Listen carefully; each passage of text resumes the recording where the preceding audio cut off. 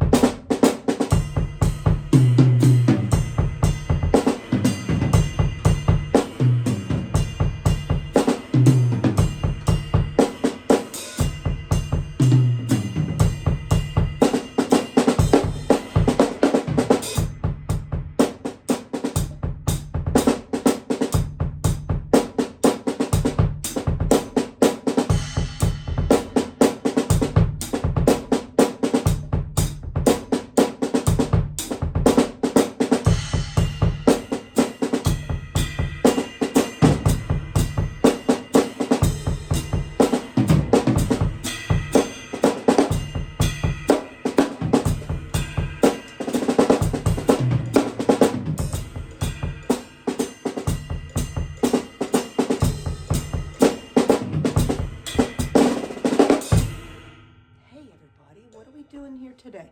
We're expanding upon our pretty heavy bass and snare work. Over the last bunch of weeks, maybe about a month or so, we've been kind of tackling this idea. Now I'd like to ramp it up a little bit more, showing you some other different orchestrations around the drums, okay? So we'll go back to our kind of default beat, which was 1 E and a 2 E and a 3 E and a 4 E and a. Then maybe we start to embellish a little bit, doubling some of our notes. Maybe the of every one of those beats. 1 E and a, 2 E and a. Now I could switch it and I could put it on the E, like so. Okay, so how about 1 E and a, 2 E and a. Right, make sure you hit them all. Okay, and then of course we could do the downbeat and the and. So then the downbeat would then be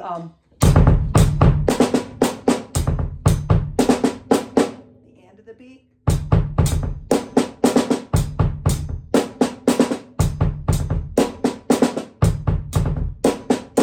Right, you got to kind of push it there a little bit, okay? Yep, and make your foot have some good finesse in it, okay? I do play heel down when I play, and I was always taught, get your right foot or your master foot very fast and very capable, very strong, okay? And then you shouldn't need a double bass pedal for many applications, okay? Well, the music has changed, hasn't it, okay? And all of a sudden we have metal, right?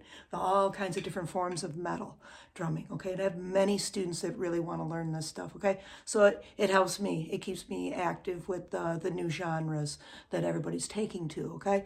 And of course, I'm learning too, and, we're just expanding, right? Expanding how we think and how we approach the drum set.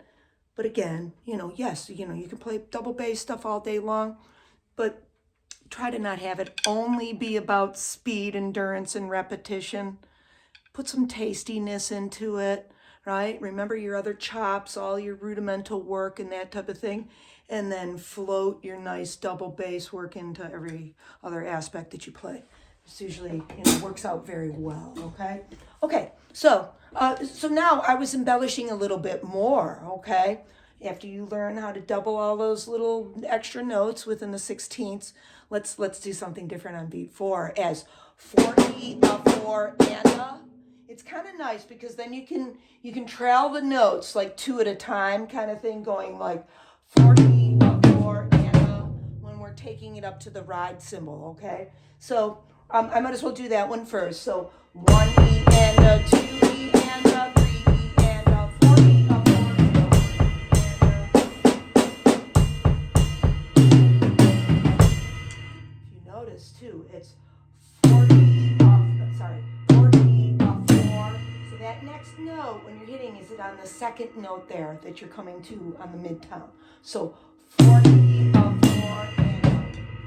And when I do these videos, I try to make it to where someone that maybe doesn't read music but can learn this way by watching someone can figure it out, okay? So I kind of go from the aspect of it's like when you were taught in school. When you write something, you write it from the aspect like the person has no clue, right? You want to be as explanatory as you possibly can. So this is what I try to do when I teach the way I teach, okay? It's maybe not everybody's cup of tea. And maybe, I could have all the music and we could just go on and I wouldn't have to blab about all this stuff. But I want to help the person that maybe can't afford drum lessons, right? Or someone that is like a little bit older and be like, well, let me just kind of get my feet wet. Let me try to understand the language, how we count, all of those types of things. So I try to dial it back, okay, and help the masses that way, okay? So yes, you more advanced players, maybe you can zip through the video and find the points, okay? All right, so that's why I use the description too. I do take time to write out descriptions, whether anyone reads them or not. Okay, so let's take a look at that now a little closer. So 4, why couldn't you use this in regular rock grooves? So you could do something like maybe 1 and 2.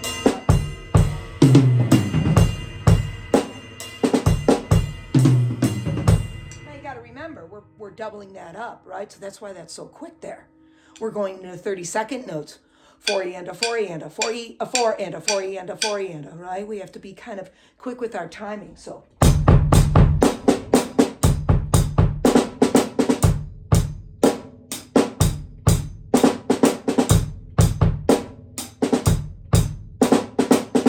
hopefully you can hear the difference there, right? And it's kind of pulls you in, right?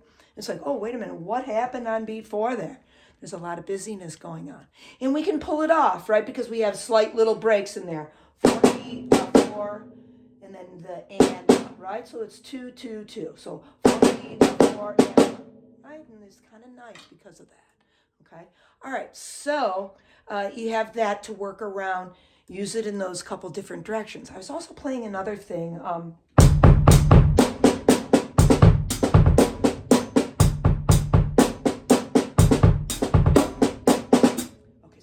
That I took beat 3 there and we played with that. And how did I play beat 3? It was 3 and 3 and a. So it's 3 and with the first hi-hat note. So 3 and, but then here play just the hi-hat there. There's nothing with it. And then we jump quick to the snare. 3 and a. Okay, so 3 and 3 into 4E and, okay, so I'll play from that point of beat 3. 3 and 4E and 3 and 3 and. Now if this is hard for you to think of it, again, dial it back. So then this would turn into quarter notes, and what I play down below, I could just think 3E and then we're going to count it from beat 1. So 1E and, 2E and, 3 and, 4 and, 1 E and.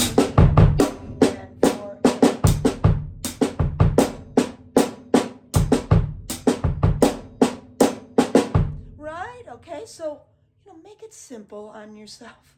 Try to make it simplistic, so we can put everything together. Then after a while, get your counting going.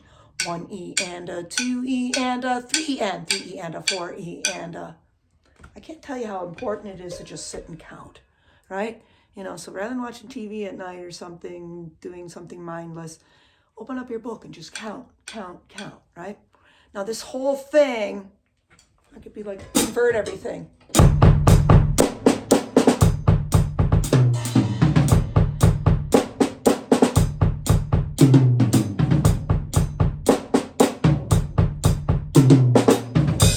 Right?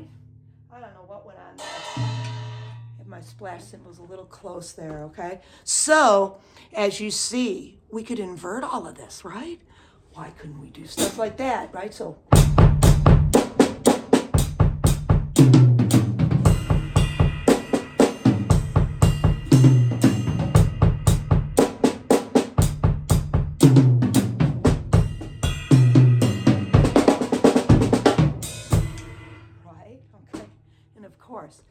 figure your way back out of that thing, right?